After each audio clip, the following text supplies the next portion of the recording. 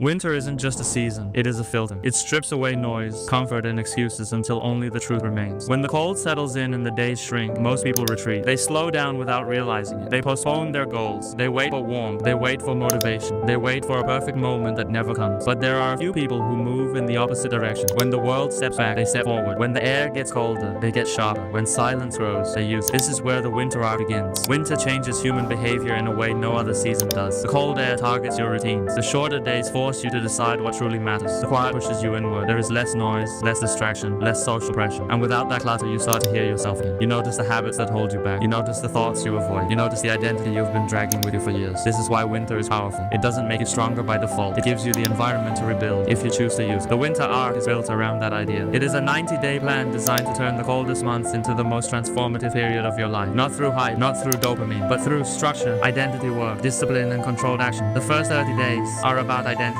This is where most people fail every self-improvement attempt before it even starts. They try to change their habits without changing the person behind those habits. They want discipline, but they keep the identity of someone who avoids difficulty. They want results, but they keep the identity of someone who hesitates. The winter arc forces you to flip that. You start with identity because identity shapes action. If you see yourself as someone who stays consistent, you behave differently. If you see yourself as someone who finishes what they start, you act like it. Identity isn't built through motivation, it's built through repetition. During this first month, you pick 3 priorities. Not everything, just 3. You commit to them, you write them down, you see them every day. Then you reset your environment, your room, your desk, your phone, your social space. You remove friction, you remove distraction. You make the path of discipline easier than the path of chaos. And then you set minimum standards, habits so small you can't fail. 10-minute workouts, short walks, 15 minutes of reading, 1 page of journaling. These aren't about progress, they're about identity. Because every day you complete them, you're proving to yourself, I follow through. By day 30, something subtle happens. You feel more grounded, you feel more aware of your patterns, you feel more stable. It is not dramatic, but it is real. Identity has shifted. You're no longer pretending to be disciplined, you're practicing it. Then comes phase 2, days 31 to 60. This is where discipline gets forged. This is the hardest part of the arc, and it's meant to be. The excitement of starting has faded. The routine feels repetitive. Your brain starts negotiating. You begin hearing old habits whisper again. This is where most people quit, but this is exactly where discipline is built. In this phase, you create anchor habits, the habits that structure your entire day. Wake up time, morning routine, training time, reflection time, digital detox time. These become non-negotiable. You don't rely on motivation, you rely on structure. You aren't asking yourself if you feel like it. You're asking yourself if it's on the schedule. And then you add controlled discomfort, small intentional challenges, cold showers, morning walks in the cold, keeping your phone away, cutting sugar, doing the work before the relaxation. Not because discomfort is impressive, but because it trains your mind. It teaches you that you can act without waiting for comfort. And to stabilize all of this, you track your behavior, your sleep, your workouts, your mood, your focus, your priorities, your energy. Not obsessively, just consistently. Tracking creates awareness, and awareness creates discipline. When you see the data, you can no longer lie to yourself. By the end of 60 days, something shifts again. Discipline starts to feel normal. You depend less on motivation. You trust yourself more. You feel more in control. Then comes phase 3, days 61 to 90. Result mode. This is where the work you build starts paying off. The foundation is solid. The identity is aligned. The discipline is stable. Now you increase intensity, not recklessly, strategically. Workouts get a little harder. Reading sessions get longer. Your focus sharpens. You cut the last bits of wasted time. You make the system faster and cleaner. This is also where you add 1 high-value habit. Just one. Something that upgrades you long-term. It could be journaling at night, meditation, skill learning, content creation, anything that moves you in the direction you want to become. And when you combine identity, discipline, and focused intensity, the results appear quietly but clearly. You feel stronger, sharper, more consistent, more in control, more detached from comfort, more aligned with the person you want to be. Throughout all 90 days, you will hit predictable challenges. The arc is designed with them in mind. Around day 7, excitement fades. Around day 15, laziness returns. Around day 20, your old habits pull back. Around day 30, you doubt everything. Around day 40, the routine feels boring. Around day 50, distraction tempts you. Around day 60, everything clicks. Around day 70, complacency shows up. Around day 80, you feel tired. Around day 90, the transformation becomes visible. These cycles are normal. They happen to everyone. The difference is that most people think these cycles mean failure. The winter arc teaches you that they are part of the journey. When you know they're coming, you move through them without fear. Winter itself helps you. Cold air boosts alertness. Quiet mornings increase focus. Shorter days force you to plan. Less social activity gives you more time. The discomfort builds resilience. The stillness improves clarity. Winter is harsh, but harsh seasons build strong people. The most important shift of all is mindset. You stop thinking in terms of motivation. You stop chasing perfect moments. You stop waiting for energy. You start thinking in terms of identity. Who you become decides what you do. Your actions follow your identity. Your discipline follows your habits. Your results follow your discipline. This chain is simple. Identity, habits, discipline, results. This is why people fail. They chase results first. They skip identity. They skip systems. They skip structure. The winter arc fixes that by forcing the right order. The real purpose of the arc isn't to look good. It's not for social media. It's not for validation. The real purpose is control. Control over your emotion. Control over your habits. Control over your time. Your choices. Your direction. Once you gain control, everything else becomes easier. Decisions become clearer. Stress becomes lighter. Focus becomes sharper. Confidence becomes natural. 90 days of control can rewrite a lifetime of inconsistency. And when the 90 days end, the transformation won't always be dramatic. It will be quiet but undeniable. You will feel more disciplined, more consistent, more stable, more aligned with the person you want to become. You enter spring not as someone who survived winter, but as someone reshaped by it. The winter arc isn't a trend, it's a commitment. It turns the coldest season into a season of growth. It teaches you to show up when others slow down. It teaches you to move without motivation. It teaches you to rebuild identity through simple daily action. You don't wait for the perfect moment. You use the moment you're in. Winter is already silent. Winter is already still. Winter is already a training ground. Step into it. Build slowly. Stay consistent.